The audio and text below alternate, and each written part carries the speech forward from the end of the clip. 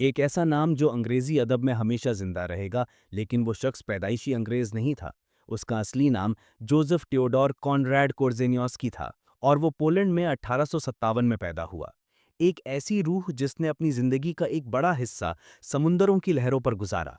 एक तजुर्बाकार सेलर जो दुनिया के कोने कोने तक पहुंचा। और उन्हीं सफरों में से एक सफर उसे अफ्रीका के दिल तक लेके आ, बेल्जियन कॉन्गो की उस सरजमीन पर जहां उस वक्त किंग लियोपोल्ड दूम की हुकूमत थी। ये 19वीं सदी का आखिरी दौर था, जब यूरोप की ताकतें अफ्रीका को एक केक की तरह आपस में बांट रही थीं और इस लूट को सिविलाइजिंग मिशन का नाम दे रही थीं कि हम इन जाहिल लोगों को रोशनी दिखाने आए हैं। लेकिन कॉनरैड ने अपनी आंखों से देखा कि इस रोशनी के पर्दे के पीछे कितना घना अंधेरा था, कितनी नफरत, कितनी लालच और कितनी वहशत थी। उसका अपना तजुर्बा उस कॉन्गो दरिया पर एक स्टीम बोट के कैप्टन के तौर पर उसकी रूह में ऐसे नक्श छोड़ गया जो कभी मिट न सके। और उन्हीं यादों, उन्हीं एहसासात से जन्मी ये दास्तान, हार्ट ऑफ डार्कनेस। तो आओ उस कहानी को सुनो जो सिर्फ एक दरिया पर सफ़र की नहीं, ये उस अंधेरे की तलाश है जो हर इंसान के दिल में छुपा होता है। ये सवाल है कि जब सभ्यता यानी सिविलाइजेशन का लिबास उतर जाता है, जब कानून और समाज के बंधन टूट जाते हैं, तब इंसान क्या बन जाता है? क्या वो जानवर बन जाता है या उससे भी बदतर कुछ? हमारी कहानी का आगाज लंदन में होता है, थेम्स दरिया के किनारे। पानी पर एक छोटा सा जहाज, नाम था उसका नेली, खामोशी से ठहरा हुआ है। सूरज गुरूब हो रहा है और आसमान पर गहरे रंग फैल रहे हैं, जैसे कोई आने वाले तूफान का इशारा दे रहे हों। इस जहाज पर 5 लोग हैं। उनमें से एक है हमारा नरेटर, जिसका कोई नाम नहीं, वो बस कहानी सुनाने के लिए है। और उसके साथ हैं डायरेक्टर ऑफ कंपनीज, एक लॉयर, एक अकाउंटेंट, सब अपने अपने काम में माहिर दुनियादार लोग। लेकिन इन सब में एक शख्स मुख्तलिफ है। उसका नाम है मार्लो। वो भी एक सेलर है, लेकिन उसकी आंखों में समुंदरों की गहराई के साथ साथ कुछ और भी है। एक ऐसी अजीब सी थकान, जैसे उसने वो मंजर देखे हैं जो आम इंसान नहीं देख पाता। उसके चेहरे पर लकीरें सिर्फ उम्र की नहीं, बल्कि तजुर्बों की हैं। वो खामोश बैठा है, उसकी पीठ दूसरों की तरफ, और वो दरिया के मुहाने को देख रहा है जहां से समुंदर शुरू होता है। एक गहरी पुरसुकून खामोशी छाई हुई थी जब मार्लो अचानक बोल उठा। उसकी आवाज धीमी लेकिन साफ थी। उसने लंदन की तरफ इशारा करते हुए कहा, और ये जगह भी कभी दुनिया के अंधेरे इलाकों में से एक थी।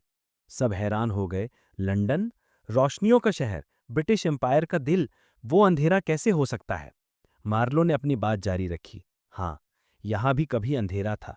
जब रोमन्स यहाँ आए होंगे, तब उनके लिए ये जगह भी उतनी ही वहशतनाक और अनजान होगी जितनी हमारे लिए आज अफ्रीका का कोई जंगल है। यहाँ भी सर्द हवाएं, घने जंगल और वहशी कबाइल थे। अंधेरा, अंधेरा हर जगह था और हर जगह है। इस एक जुमले ने माहौल बदल दिया। अब ये सिर्फ एक शाम की सैर नहीं थी, ये एक ऐसी कहानी की इब्तिदा थी जो वक्त और जगह की कैद से आज़ाद थी। और फिर मार्लो ने अपनी कहानी शुरू की, वो कहानी जो उसकी ज़िंदगी का सबसे बड़ा और सबसे अंधेरा सफ़र था। उसने बताया कि कैसे बचपन से उसे नक्शों का यानी मैप्स का शौक था। वो घंटों तक दुनिया के नक्शे देखता रहता, खास तौर पर अफ्रीका का नक्शा उसे अपनी तरफ खींचता था, जो उस वक्त तक ज़्यादातर एक ब्लैंक स्पेस था, एक खाली सफ़ा। और उस खाली जगह के बीच में एक बड़ा सा दरिया था जो एक लंबे कॉइल्ड सांप की तरह लगता था। उस दरिया ने उसे हमेशा के लिए अपने जादू में गिरफ्तार कर लिया। बरसों बाद जब वो एक तजुर्बाकार सेलर बन चुका था, उसे उसी दरिया पर एक स्टीमबोट चलाने का ख्याल आया। यह आसान नहीं था। उसे एक बड़ी यूरोपियन ट्रेडिंग कंपनी से काम लेना था जो अफ्रीका से हाथी दांत यानी आइवरी का बिजनेस करती थी। अपनी एक रिश्तेदार, अपनी आंट की मदद से वो ब्रसेल्स पहुंचा, कंपनी के हेडक्वार्टर्स। मार्लो शहर को एक सफ़ेद पोश कब्र कहता है, बाहर से खूबसूरत और पाक साफ, लेकिन अंदर मौत और गलाजत से भरा हुआ। कंपनी के दफ्तर में उसे अजीब लोग मिले। दरवाजे पर 2 औरतें काले ऊन यानी ब्लैक वुल से कुछ बुन रही थीं। उनकी नज़रें खला में थीं। ऐसा लग रहा था जैसे वो आने वालों की किस्मत के धागे बुन रही हों। फिर वो एक डॉक्टर से मिला जिसने उसके सर का नाप लिया। डॉक्टर ने अजीब सा सवाल पूछा, तुम्हारे खानदान में कोई पागल तो नहीं हुआ? मार्लो को ये सब अजीब लग रहा था, लेकिन उस वक्त उसे इसका मतलब समझ नहीं आया। उसे बस अपने दरिया तक पहुंचना था। उसकी आंट ने उसे अलविदा कहते हुए कहा कि वो वहां जाकर जाहिलत के अंधेरे से लोगों को निकालने में मदद करेगा। लेकिन मार्लो के दिल में ऐसी कोई खुशफहमी नहीं थी। वो जानता था कि कंपनी वहां रोशनी फैलाने नहीं, सिर्फ और सिर्फ पैसा कमाने जा रही है। जल्द ही उसे अफ्रीका जाने वाले एक फ्रेंच स्टीमर पर जगह मिल गई। सफ़र शुरू हो चुका था। वो सफ़र जो उसे सिर्फ अफ्रीका के दिल तक नहीं, बल्कि खुद इंसानियत के अंधेरे तरीन गोशे तक ले जाएगा, जहाँ रोशनी और अंधेरे की तमीज़ आहिस्ता-आहिस्ता खत्म होने लगी थी। और ये तमीज़ वाकई मिटने लगी थी उस बहते हुए जहाज़ के साथ जो अफ्रीका के साहिल के करीब से गुजर रहा था। वो साहिल एक अनजान दीवार जैसा था, हरा भरा लेकिन खामोश और पुरस्रार। उस पर जिंदगी के कोई निशान नहीं थे, बस एक अजीम घना जंगल था जो समुंदर के किनारे पर आकर रुक जाता था, जैसे किसी अनदेखी ताकत का इंतजार कर रहा हो। मार्लो देखता रहता, दिन ब दिन उसे एक जैसी ना खत्म होने वाली हरी दीवार को, और उसे ये महसूस होता कि वो किसी कदीम भूली हुई दुनिया के पास से गुजर रहा है। एक ऐसी दुनिया जहां इंसान की कोई हैसियत नहीं थी। कभी-कभी दूर से उन्हें ढोल की आवाजें सुनाई देती या आग का धुआं उठता दिखता, लेकिन इंसान नजर नहीं आते थे। वो बस एक एहसास थे, एक अनदेखा वजूद इस बेरहम कुदरत के पीछे छुपा हुआ। इस सफर की सबसे अजीब बात तब हुई जब उन्होंने एक फ्रेंच मैन ऑफ वॉर, एक जंगी जहाज को साहिल पर अनदेखे दुश्मनों पर गोले बरसाते देखा। वहां कुछ नहीं था, न कोई गांव, न कोई किला, बस जंगल और खामोशी। लेकिन वो जहाज लगातार अपने तोप खाने से उस खामोशी पर हमला कर रहा था। ऐसा लग रहा था जैसे कोई पागल शख्स एक पूरे कॉन्टिनेंट पर चीख रहा हो। ये मंजर इतना बेमकसद, इतना फजूल था कि मार्लो के जहन में ये बात घर कर गई कि वो किसी अकली दुनिया से निकलकर एक ऐसी जगह आ गया है जहां हर चीज अपने मायने खो चुकी है। ये सिविलाइजेशन का पहला नजारा था जो उसने उस जमीन पर देखा, अंधाधुंध ताकत का एक बेमतलब इजहार। आखिरकार हफ्तों के सफर के बाद वो कंपनी के आउटर स्टेशन पहुंचा। जहाज से उतरते ही उसे सूरज की तपिश, सड़ती हुई चीजों की बदबू और एक अजीब सी बेचैनी ने घेर लिया। ये जगह मौत और तबाही का एक मंजर था। हर तरफ टूटी फूटी मशीनरी पड़ी थी, जंग आलूद रेल की पटरियां कहीं नहीं जा रही थीं, और एक पहाड़ी को डायनामाइट से उड़ाया जा रहा था बिना किसी वजह के। सब कुछ बेतरतीब, फजूल और तबाहकुन था। और फिर मार्लो ने वो देखा जिसने उसकी रूह पर पहला गहरा जख्म लगाया। एक दरख्तों के झुंड के नीचे, जिसे उसने बाद में ग्रोव ऑफ डेथ का नाम दिया, उसने मरते हुए इंसानों के साए देखे। ये वो मुकामी लोग थे जिन्हें काम के लिए लाया गया था, और जब वो बीमार या कमजोर हो गए तो उन्हें अब मरने के लिए छोड़ दिया गया था। वो काली शक्लें सुस्ती से सांस लेती हुई खामोशी से अपनी जिंदगी की आखिरी घड़ियों का इंतजार कर रही थीं। उनकी आंखों में न गुस्सा था, न डर, बस एक खालीपन था। मार्लो ने एक नौजवान को देखा जिसने अपनी गर्दन के गिर्द एक सफेद धागा बांधा हुआ था, शायद किसी किस्मत या हिफाजत की निशानी। लेकिन वो निशानी बेकार थी, यहां कोई हिफाजत नहीं थी। मार्लो के पास उनके लिए कुछ नहीं था, सिवाय एक बिस्किट के जो उसने एक शख्स को पेश किया। उसने वो बिस्किट नहीं लिया, बस अपनी खाली आंखों से देखता रहा। ये जहन्नम का पहला दरवाजा था, जहां इंसानों को जानवरों से भी बदतर समझा जाता था, जहां प्रोग्रेस की कीमत इंसानी जान थी। इसी तबाही और मौत के बीच मार्लो की मुलाकात कंपनी के चीफ अकाउंटेंट से हुई। वो शख्स इस मंजर में एक नामुमकिन तस्वीर जैसा था। उसने बिल्कुल साफ, इस्त्री किए हुए सफेद कपड़े पहने हुए थे, उसका कॉलर सख्त था, और वो अपने लेजर में हिसाब किताब लिखने में मसरूफ था। उसके दफ्तर के बाहर मौत का बाजार लगा था, लेकिन अंदर वो इत्मीनान से अंग्रेजों के तरतीबवार तरीके से काम कर रहा था। तुम सोचो इस कदर फर्क। बाहर इंसानियत दम तोड़ रही थी, और अंदर एक आदमी नंबर्स की दुनिया में गुम था। जब करीब ही कोई मरता हुआ शख्स कर रहा था, तो अकाउंटेंट को गुस्सा आता था कि उसकी तवज्जो भटक रही है। उसने मार्लो को बताया, इस माहौल में इंसान को अपने अंदर कुछ ऐसा रखना पड़ता है जो उसे संभाल के रखे। उसके लिए वो कुछ उसके साफ कपड़े और उसकी हिसाब की किताबें थी। और यहीं उसी साफ सुथरे दफ्तर में, उसी बेहिस अकाउंटेंट की जबान से मार्लो ने पहली बार वो नाम सुना जो उसकी जिंदगी का मरकज बनने वाला था। अकाउंटेंट ने एक खास एजेंट का जिक्र किया जो इनर स्टेशन में था, एक बहुत ही काबिल जिक्र शख्स। वो इतना हाथी दांत भेजता है जितना बाकी सारे एजेंट्स मिलकर नहीं भेजते। उसका नाम हवा में गूंजा, मिस्टर कर्ट्स। अकाउंटेंट के लिए कर्ट्स एक हीरो था, क्योंकि वो कंपनी के लिए जबरदस्त मुनाफा ला रहा था। लेकिन मार्लो के लिए ये नाम एक राज की तरह था, इस अंधेरे में रोशनी की एक हल्की सी किरण जैसा, एक ऐसा शख्स जो इस तबाही के बीच कुछ कर रहा था। जल्द ही मार्लो को वहां से सेंट्रल स्टेशन के लिए रवाना होना था। 200 मील का पैदल सफर जंगल के बीच से। यह सफर की एक इम्तिहान था। गर्मी, थकान और एक अजीब सा खौफ हर वक्त साथ रहता। उसके साथ एक और गोरा आदमी था जो रास्ते में बीमार पड़ा और मर गया। उसकी मौत भी ऐसी ही बेमायने थी जैसे उस जहाज का गोले बरसाना। इस जंगल में जिंदगी और मौत की अहमियत खत्म हो जाती थी। जब मार्लो आखिरकार सेंट्रल स्टेशन पहुंचा तो वो थक कर चूर हो चुका था।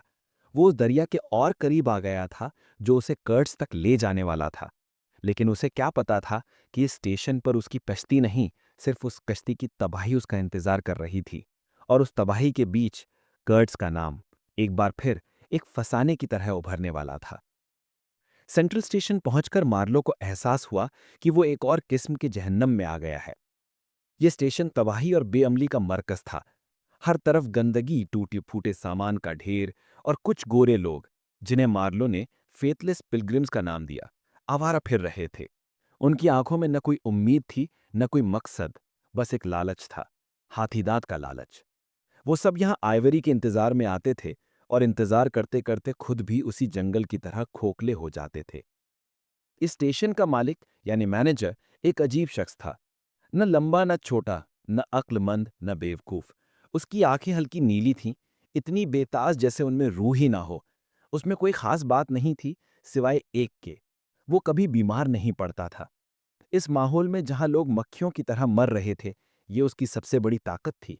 वो कुछ करता नहीं था, बस मौजूद रहता था, और उसकी मौजूदगी ही दूसरों के लिए एक बोझ, एक बेचैनी बन जाती थी। मार्लो को अपनी कश्ती, अपना स्टीम बोट दरिया की तह में डूबा हुआ मिला। मैनेजर ने बड़े इत्मीनान से बताया, एक हादसा हो गया था, बस डूब गई। उसकी आवाज में न अफसोस था न परेशानी। मार्लो समझ गया, ये हादसा नहीं था, ये एक साजिश थी, एक इंतजाम था कि वो आगे ना जा सके। क्यों? शायद इसलिए कि कर्ट्स को ऊपर जंगल के दिल में अकेले मरने के लिए छोड़ दिया जाए। मैनेजर कर्ट्स से जलता था, उसकी काबिलियत से, उसके शोहरत से, और सबसे ज्यादा उसके लाए हुए आइवरी से। मार्लो के लिए वो डूबी हुई कश्ती एक चैलेंज बन गई थी। उसने अज़्म किया कि वो इसे ठीक करेगा।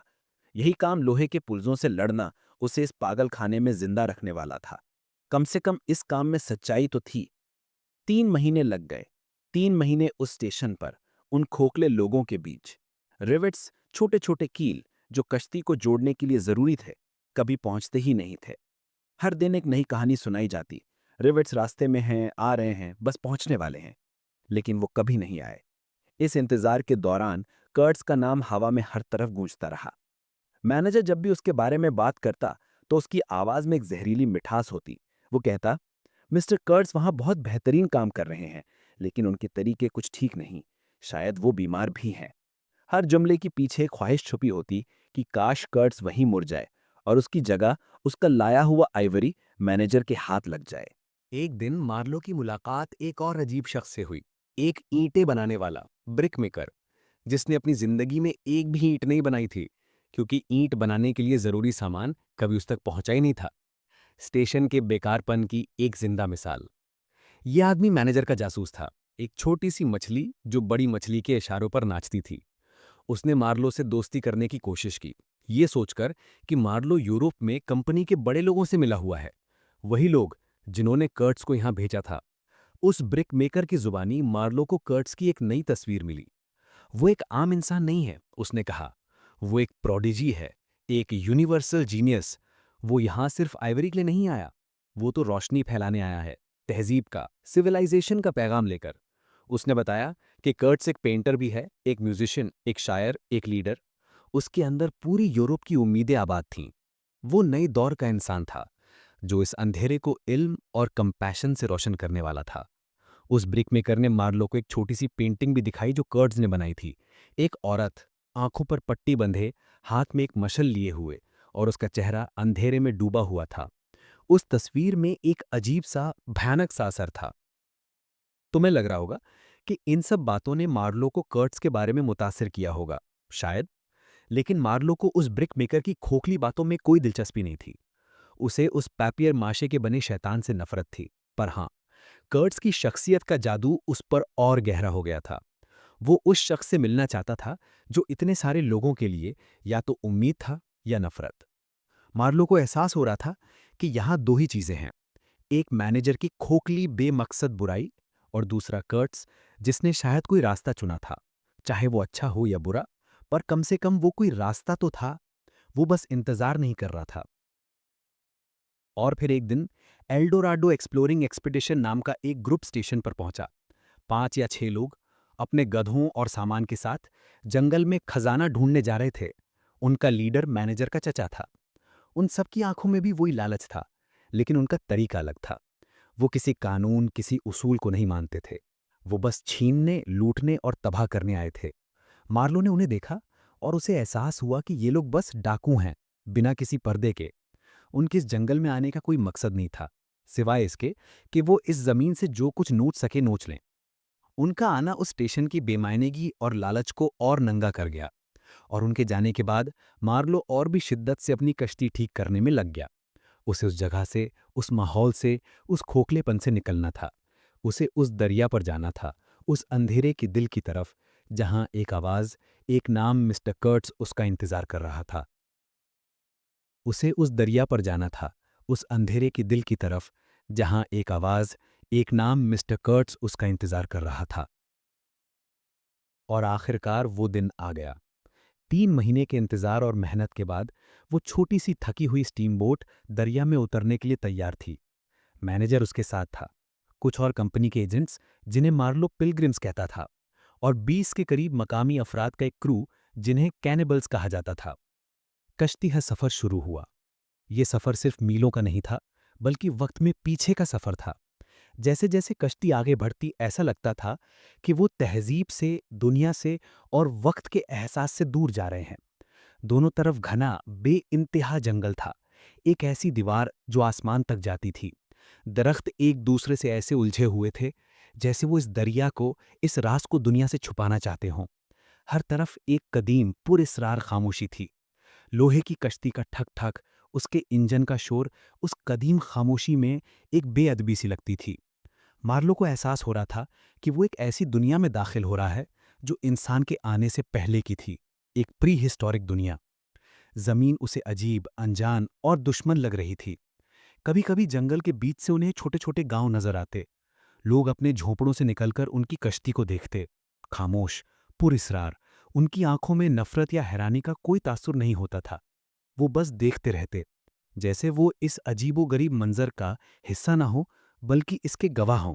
मार्लो को उन चेहरों में एक ऐसी गहरी इंसानियत नजर आती थी जो उसे डराती थी। वो हम जैसे थे, लेकिन उनकी जिंदगी में कुछ ऐसा था जो मार्लो और उसके सिविलाइज साथी सदियों पहले भूल चुके थे। ये एहसास उसे अंदर तक हिला देता था। क्या था वो? शायद जमीन से, कुदरत से एक सच्चा गहरा रिश्ता, या शायद वो अंधेरा जिससे तहजीब ने हमें दूर कर दिया था, अब भी उनके अंदर जिंदा था। इस सफर में मार्लो ने अपने क्रू के कैनिबल्स को भी गौर से देखा। उन्हें तनख्वाह के तौर पर पीतल के तार के टुकड़े दिए जाते थे, जिनका उनके लिए कोई इस्तेमाल नहीं था।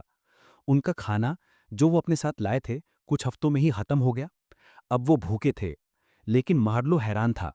उसने देखा कि कश्ती पर मौजूद 5 सिविलाइज्ड गोरे एजेंट्स के मुकाबले ये जो जंगली लोग थे, ज्यादा डिसिप्लिन्ड और रिस्ट्रेंट रखते थे। वो भूख से कमजोर हो रहे थे, लेकिन उन्होंने कभी आपस में या किसी और पर हमला करने की कोशिश नहीं की। मार्लो ने सोचा, ये रिस्ट्रेंट, ये जब्त कहाँ से आया? वो लोग जिनको दुनिया सैवेज कहती थी, उनके अंदर एक ऐसी कुवत थी जो सेंट्रल स्टेशन के लालची और खोखले लोगों में दूर दूर तक नजर नहीं आती थी। ये सफर का एक और सबक था, जो तहजीब और वहशत के फर्क को धुंधला रहा था। सफर जारी रहा। तकरीबन 2 महीने गुजर गए। एक दिन उन्हें दरिया के किनारे एक छोटा सा झोंपड़ा नजर आया। वो वहां रुके। झोंपड़ा खाली था। वहां लकड़ियों का एक ढेर लगा था, और उस पर एक निशान था जिस पर लिखा था, would for you, hurry up, approach cautiously. किनारे पर एक और निशान था जो दरिया में मौजूद खतरों से आगाह कर रहा था। झोपड़े के अंदर मार्लो को एक किताब मिली। वो समंदरी जहाज रानी के बारे में एक टेक्निकल मैनुअल थी। उसके पेजेस फटे हुए थे, लेकिन उसके अंदर किसी ने हाथ से नोट्स लिखे हुए थे, एक ऐसी जबान में जो मार्लो को समझ में नहीं आती, शायद रूसी। इस अंधेरे बेमतलब जंगल के बीच उस किताब का मिलना मार्लो के लिए एक चमत्कार जैसा था। उस बेरब दुनिया में उस किताब में एक सेंस थी, एक लॉजिक था। उसके अंदर एक इंसानी मेहनत की, एक मकसद की झलक थी। मार्लो ने उस किताब को ऐसे संभाल कर रखा जैसे वो कोई खजाना हो। उसे लगा कि शायद इस अंधेरे में अब भी कहीं रोशनी बाकी है। ये उस शख्स का पहला निशान था जो कर्ट्स के करीब था। इनर स्टेशन से बस 50 मील दूर जब सुबह हुई तो कश्ती एक घनी सफेद धुंध में घिरी हुई थी। ऐसी धुंध के कुछ नजर नहीं आ रहा था, ना पानी न किनारा। इंजन बंद कर दिया गया। एक अजीब दम घोट देने वाली खामोशी छा गई। फिर अचानक उस खामोशी को एक दिल दहला देने वाली चीख ने चीर दिया। एक लंबी दर्दनाक चीख, जिसके बाद हजारों आवाजों का शोर उठा। पिलग्रिम्स खौफ से कांपने लगे। वो इस अनदेखे दुश्मन से डर रहे थे। कैमिडल्स भी परेशान थे। एक ने मार्लो से धीरे से कहा, कैच हिम, ईट हिम। वो इंसान खाना चाहते थे और मार्लो को उसकी बात पर गुस्सा नहीं आया। उसने सोचा, भूख का लॉजिक सीधा होता है। धुंध आहिस्ता आहिस्ता छटने लगी और फिर हमला शुरू हो गया। जंगल से तीरों की बारिश होने लगी, छोटे पतले तीर जो कश्ती के लोहे से टकराकर बेअसर हो रहे थे। पिलग्रिम्स ने अपनी बंदूकें उठा लीं और अंधाधुंध जंगल में फायर करने लगे। हर तरफ धुआं और शोर था। मार्लो कश्ती को दरिया के बीच में रखने की कोशिश कर रहा था। उसका हेल्म्समैन, एक काबिल अफ्रीकी जो स्टीयरिंग व्हील के पास खड़ा था, अचानक नीचे झुका और एक भाला उसके सीने के आर पार हो गया। वो मार्लो के कदमों में गिरा। उसकी आंखों में हैरानी और मौत का खौफ था। उसका गर्म खून मार्लो के जूतों पर बहने लगा। हकीकत का, मौत का एहसास, इतना करीब, इतना गहरा। उस लम्हे मार्लो ने गुस्से में कश्ती का सीटी बार बार बजाना शुरू कर दिया। उस अजीब तेज आवाज ने जंगल में एक दहशत फैला दी और तीरों की बारिश रुक गई। हमला खत्म हो चुका था। हेल्म्समैन मर चुका था। मार्लो ने अपने खून से सने जूते उतारकर दरिया में फेंक दिए और तब उसके जहन में एक ख्याल आया। उसने सोचा कि ये लोग हम पर हमला क्यों कर रहे थे। शायद इसलिए कि वो कर्ट्स के लोग थे, और अगर वो कर्ट्स के लोग थे तो इसका मतलब साफ था, मिस्टर कर्ट्स मर चुका है। ये ख्याल उसके दिल में एक तीस की तरह उठा। अजीब बात थी, वो उस शख्स के लिए अफसोस कर रहा था जिससे वो कभी मिला नहीं था। वो उस आवाज के लिए अफसोस कर रहा था जो इस सफर का मकसद थी। वो शख्सियत जिसके बारे में इतनी कहानियां सुनी थीं। उसे लगा जैसे उसकी मंजिल ही उससे छीन ली गई हो। दरिया फिर से खामोश हो गया, मगर इस खामोशी में अब एक खालीपन था, एक मायूसी। मंजिल करीब थी, लेकिन मंजिल का मतलब ही शायद खो चुका था। मंजिल करीब थी, लेकिन मंजिल का मतलब ही शायद खो चुका था। मगर दरिया की लहरें, वो तो बहती रहती हैं।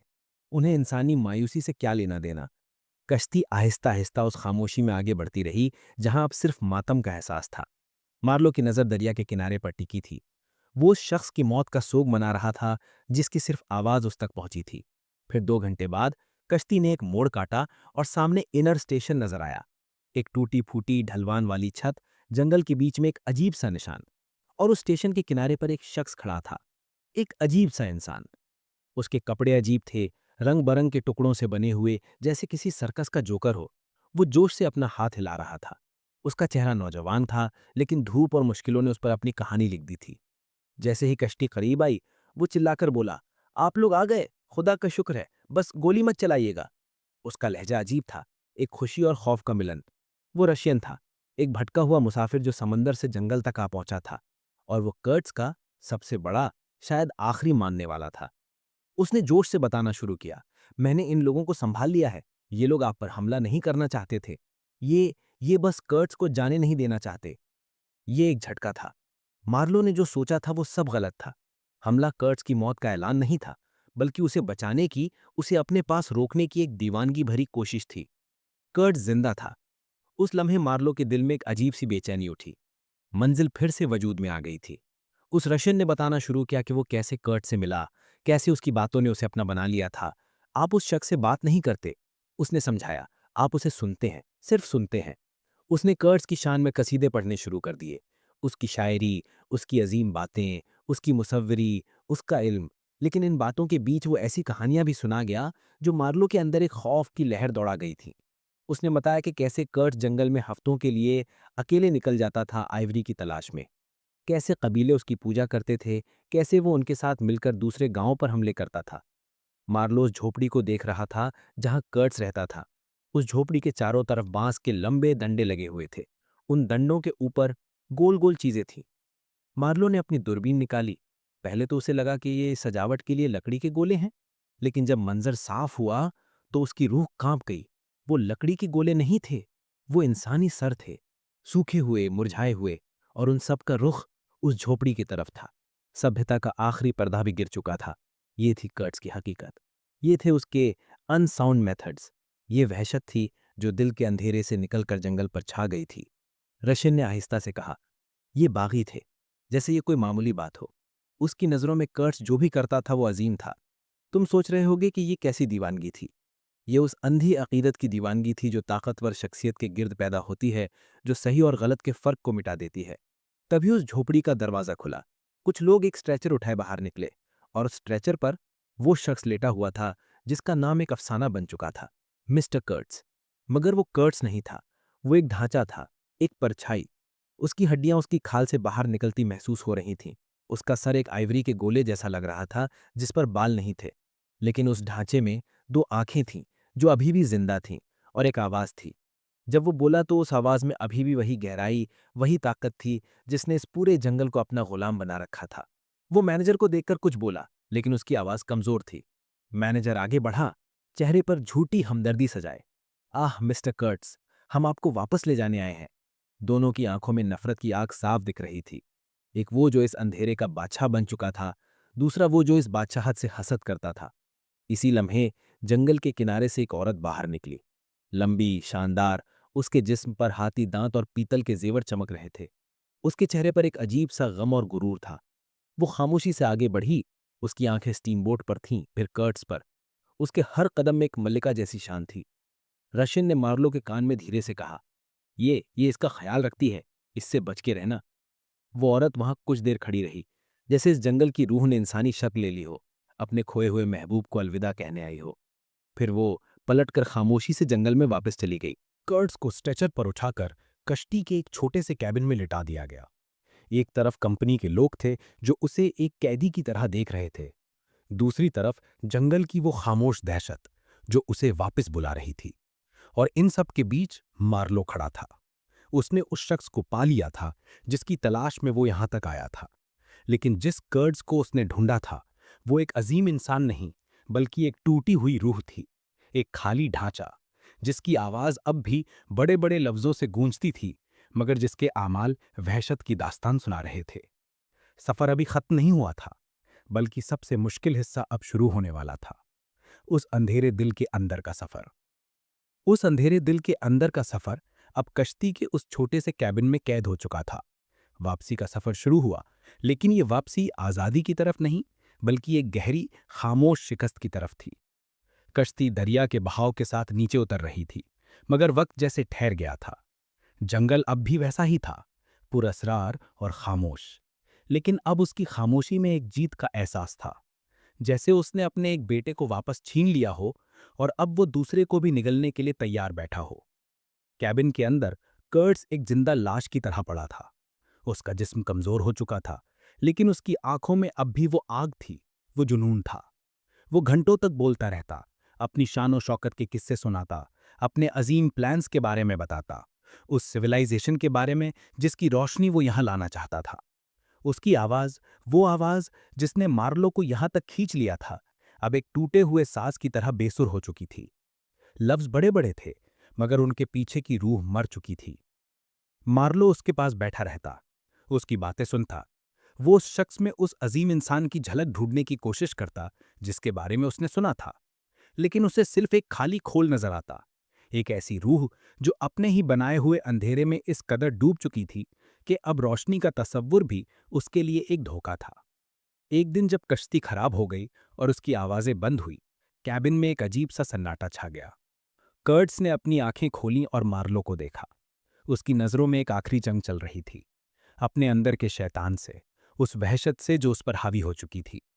एक आखिरी लम्हे में उसकी आंखों में एक अजीब सी रोशनी आई, जैसे जिंदगी भर के धोखे का पर्दा अचानक उठ गया हो। उसने आसपास देखा, जैसे वो पहली बार उस जंगल की, उस दरिया की और अपने अंदर की असलियत को देख रहा हो। और फिर उसने जोर से सांस ली और उसके होंठ हिले। एक फरियाद, एक इकरार, एक फैसला। The horror, the horror. ये दो लफ्ज उस कैबिन की हवा में आकर ठहर गए। इसके बाद सब कुछ खामोश हो गया। नर्स ने मोमबत्ती बुझा दी और कर्ट्स का सफर खत्म हो गया। लेकिन तुम सोचो, उसने क्या देखा था आखिरी लम्हे में? शायद उसने अपनी जिंदगी का हिसाब देखा, उन लोगों के चेहरे देखे जिन्हें उसने तबाह किया, उस वहशत को देखा जिसे उसने गले लगाया था। या शायद शायद उसने उस अंधेरे को देखा जो सिर्फ जंगल में नहीं बल्कि हर इंसान के दिल में छुपा होता है। ये एक ऐसी जीत थी जो हार से बदतर थी। कर्ट्स ने अपने अंदर के अंधेरे को पहचान लिया था, लेकिन इस पहचान की कीमत उसने अपनी रूह से चुकाई थी। कर्ट्स तो चला गया, लेकिन उसका अंधेरा मार्लो के अंदर उतर आया। उसके बाद मार्लो भी मौत के दरवाजे तक जा पहुंचा। उसे भी वही बुखार हुआ, वही कमजोरी महसूस हुई। लेकिन मार्लो के पास कहने के लिए कुछ नहीं था। उसने कहा, मैं कर्ट्स की तरह अपने अंदर झांकने की हिम्मत नहीं कर सका, शायद इसीलिए मैं बच गया। वापसी यूरोप के उस सेपल्क्रल सिटी यानी कब्रों जैसे शहर में हुई। वहां की साफ सुथरी गलियां, आराम से चलते हुए लोग सब एक धोखा लगते थे। उन्हें कुछ खबर नहीं थी कि उनकी सिविलाइजेशन की बुनियाद किस खून और किस वहशत पर रखी गई है। कंपनी के लोग उससे मिलने आए। वो कर्श की रिपोर्ट्स चाहते थे। उन्हें उसकी रिपोर्ट में लिखे अजीम लफ्जों से मतलब था। लेकिन उस रिपोर्ट के आखिर में कर्ट्स के हाथ से लिखा वो एक जुमला, एक्सटर्मिनेट ऑल द ब्रूट्स, यानी सारे वहशियों को खत्म कर दो, मार्लो ने फाड़कर अलग कर दिया था। उसने दुनिया को कर्ट्स की वहशत का वो सबूत नहीं दिया। उसने उसकी यादों की हिफाजत करने का फैसला किया। और फिर आई वो आखिरी और सबसे मुश्किल मुलाकात, कर्ट्स की मंगेतर, द इंटेंडेड। 1 साल से वो कर्ट्स के सोग में थी। उसका कमरा अंधेरा था और वो खुद काले लिबास में एक रूहानी मखलूक लग रही थी। उसके लिए कर्ट्स एक हीरो था, एक रोशनी का मीनार, एक अजीम इंसान जो अंधेरे में भटके हुए लोगों को रास्ता दिखाने गया था। उसकी आंखों में कर्ट्स के लिए इतना यकीन, इतनी मोहब्बत थी कि मार्लो की हिम्मत नहीं हुई कि वो उस यकीन को तोड़ सके। उस औरत ने मार्लो से पूछा, आप उसके साथ थे आखिरी लम्हों में, उसके आखिरी लफ्ज क्या थे? मार्लो के सामने दो रास्ते थे, एक सच का जो इस औरत की दुनिया को हमेशा के लिए अंधेरा कर देता, और दूसरा झूठ का जो उसकी खूबसूरत यादों को जिंदा रखता। कमरा और भी गहरा और भी खामोश हो गया। मार्लो को लगा जैसे कर्ट्स की रूह, जंगल की वहशत और वो आखिरी चीख, द हॉरर, सब उस कमरे में मौजूद हैं। उसने उस औरत के मासूम गमज़दा चेहरे को देखा, उसकी टूटती हुई उम्मीद को देखा, और उसने फैसला किया कि कुछ अंधेरे ऐसे होते हैं जिन्हें रोशनी में लाना रोशनी को ही तबाह कर देता है। उसने अपनी आवाज़ को संभाला और कहा, the last word he pronounced was your name. ये झूठ उसकी जबान से निकला और उस कमरे की खामोशी में घुल गया। उस औरत की आंखों से आंसू बह निकले, लेकिन उनमें सुकून था। मार्लो वहां से निकल आया, अपने ऊपर एक बोझ लिए, एक ऐसा बोझ जो सच से भी ज्यादा भारी था। और जब वो अपनी कहानी उस कश्ती पर सुना चुका जो टेम्स दरिया पर खड़ी थी, तो रात और गहरी हो चुकी थी। दरिया का पानी काला हो चुका था, जैसे वो कॉन्गो सीधा बहता लंदन के दिल तक आ पहुंचा हो। हम सब खामोश थे, मार्लो की आवाज कैसर में। उसने हमें सिर्फ एक सफर की कहानी नहीं सुनाई थी, उसने हमें उस आईने में देखने पर मजबूर कर दिया था जिसे हम सिविलाइजेशन के पर्दे के पीछे छुपाए रखते हैं। और उस रात टेम्स का दरिया हमें दुनिया के एक अजीम शहर के दिल से नहीं बल्कि एक बहुत बड़े अंधेरे के दिल से गुजरता हुआ महसूस हुआ। और हम सब उस अंधेरे दरिया पर बहते रहे, एक ऐसी गहराई की तरफ जिसका कोई किनारा नहीं था।